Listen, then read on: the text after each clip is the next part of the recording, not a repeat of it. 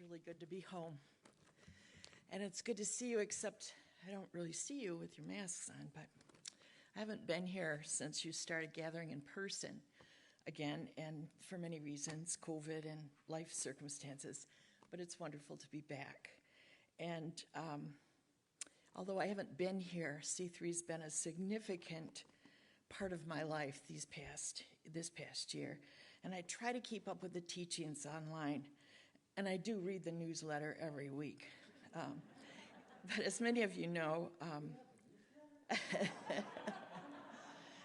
here's just an aside though, the technology I mentioned to Chase and Chuck when I came in, it really looks good but there's this funny thing that happens with these banners here. There's like a halo effect up there, and Kent, you move in and out of halo wearing. I think it's a metaphor, I'm not sure. Okay. So in preparation for today, I started actually binge watching the past 6 weeks. And man, the past few months of gatherings have been amazing. And I recommend that sometime you sit down and binge watch, just a couple months, because it will remind you of the remarkable people that come into this place. And Kent's challenging questions, the inspiring music, the guest teachers, wow, just piled up one on top of the other. It was a meaty couple of days. And the meditations, oh my gosh, Margaret's Thanksgiving meditation, Teresa's beautiful poetic description of her day, Beth's recognition that we're born for the little moments of our lives as well as the big ones. And just to name a few, just lovely. But none moved me like Phil's enthusiastic and positive message delivered with great care and precision through a vocal system that's been assaulted by surgery and treatments, and then delivered following a brand new and challenging diagnosis. My speech pathology heart just exploded when I heard you, Phil. And thank you for your courage and your hard work and for sharing your journey. And let me say a deep and heartfelt thank you to this community for being here and for being who you are. Hats off to the leadership who've kept us together, and to all of you for keeping the important questions in life in front of us. You make a difference in my life and the lives of so many others.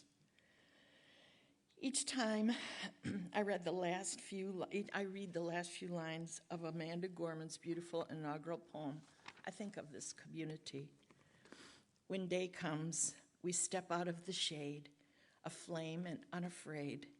The new dawn blooms as we free it, for there is always light, if only we're brave enough to see it, if only we're brave enough to be it.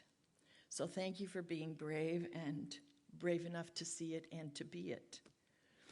And as I mentioned, binging the gatherings has given me a head full of words: hope, courage, youth, elders, initiations, victimization, infanticidation, rivers, tributaries, born for these times.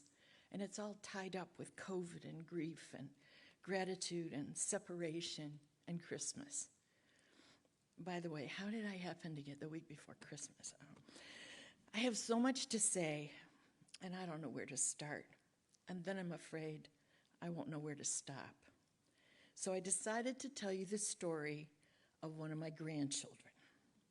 He taught me a lot this past summer, and he learned a lot as well. His name is Waker. I was puzzled by his name in the beginning, but our son and his wife are big music fans and named him after a song they love. I wondered if I would ever adjust to his name, but Waker's personality encouraged constant use of it. Waker, get off the roof. Waker, please don't eat that. Waker, you can't get under the car when it's moving. Waker, that's very fragile. Waker, why do you have an adult human tooth in your pocket? I didn't think he would survive his early years as he was a tester and an adventurer and a scallywag. But he did. He just turned 11. He and his sister came to spend the summer with us because their family was relocating to another state, and it just seemed simpler to have the kids with us. But because of my mother's health, which was declining, I worried about keeping him busy and still making sure Mom's needs were met. The most remarkable thing happened. Each morning, Waker came into Mom's room, took her hand in both of his, put them up by his heart, got his darling little face right next to her, and had these amazing conversations. My mother was absolutely in love. She couldn't wait to see him each day.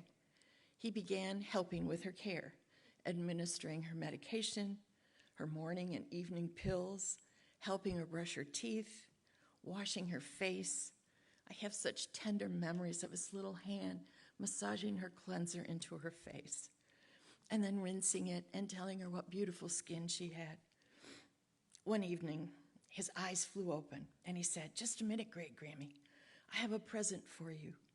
He ran to his room and brought back his favorite stuffy and gifted it to my mom. It was a big, chunky blob with eyes and a smile and had X's and O's all over it. He told Mom she should sleep with it, and it would remind her of how much he loved her. Just as Mom reached for it, he grabbed it back and said, "Well, Great Grammy, wait, we have to wash it first. I've had that thing everywhere. It's probably filthy." He grabbed my phone, Googled the washing instructions, and then directed me to the laundry room to complete the task. When he left our home to go back to school in his new Seattle home, they both cried, and I was a mess. He left his stuffy with her to keep her company, and she kept it with her until the very end. One of the last things she said to me was to make sure Waker got his stuffy back.